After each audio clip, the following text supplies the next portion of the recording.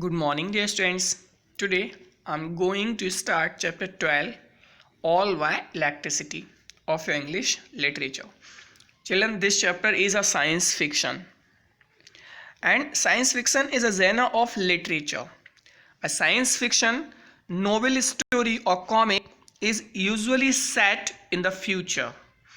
It explores some aspect of human existence as it relates to technology and scientific discoveries. Time travel, space exploration, aliens, and the existence of parallel universes are all common ideas in science fiction. Children, this chapter is an extract from 20,000 Leagues Under the Sea by Jules Verne. Children, Jules Verne was a 19th century French novelist, poet, and playwright. He was very interested in new discoveries in science and geography. He began writing at the age of 19 only. He achieved entry into the Persian salons of literature, art, and culture, and continued working on his writing against his parents' wishes. Children, he is often called the father of science fiction. Now, children, let's come to the story. Children, the narrator of this novel, Dr. Aronnax, finds himself a captive aboard the submarine called the Nautilus. Here he learns more about this amazing machine and what runs it from the vessel's captain. Nautilus was a submarine, and I was supposed to live my entire life inside this machine. Now he is narrating that he was supposed to live his entire life inside that machine. Hence, it was only natural that I should learn as much as possible about its functioning. I entered the captain's room. It had a severe, almost hermit-like appearance. A small iron bedstead, a work table, a few pieces of furniture for his toilet. Everything illuminated by indirect light. No comfort, only the barest of necessities. Children, he is referring that when he enters in the captain's room, he saw there only few things. A small iron bedstead. Iron bedstead in Hindi you can say lohe ki charpai.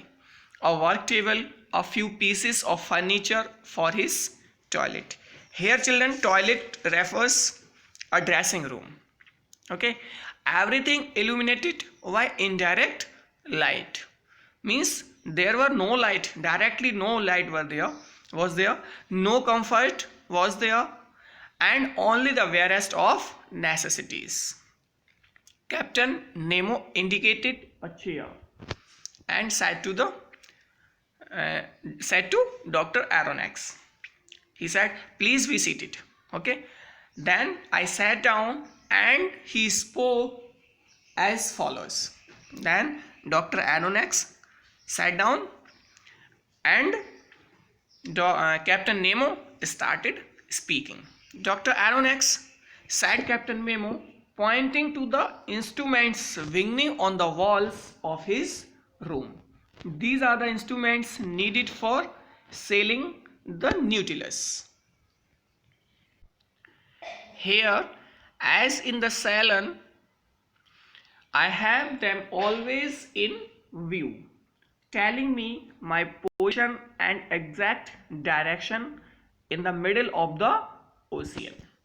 Some of them you already know, such as the thermometer, which tells me the temperature inside the Nautilus, the barometer, which measures the weight of the air and hence forecast changing in the weather, the hygrometer, which registers the amount of moisture in the air, The storm glass whose mixed up contents separate out to herald the arrival of storms. The compass which shows me the course to take. The sextant which indicates my latitude by the altitude of the sun. The chronometers which enable me to calculate my longitude. And lastly, the telescope for day and night use, which I use to examine every point on the horizon when the Nautilus is on the surface. Means many instruments, many navigational equipments they had in the submarine, and he is telling that you have already know about these things like barometer, like the hygrometer, the compass, and many types of equipments like sextant and telescopes they were having in the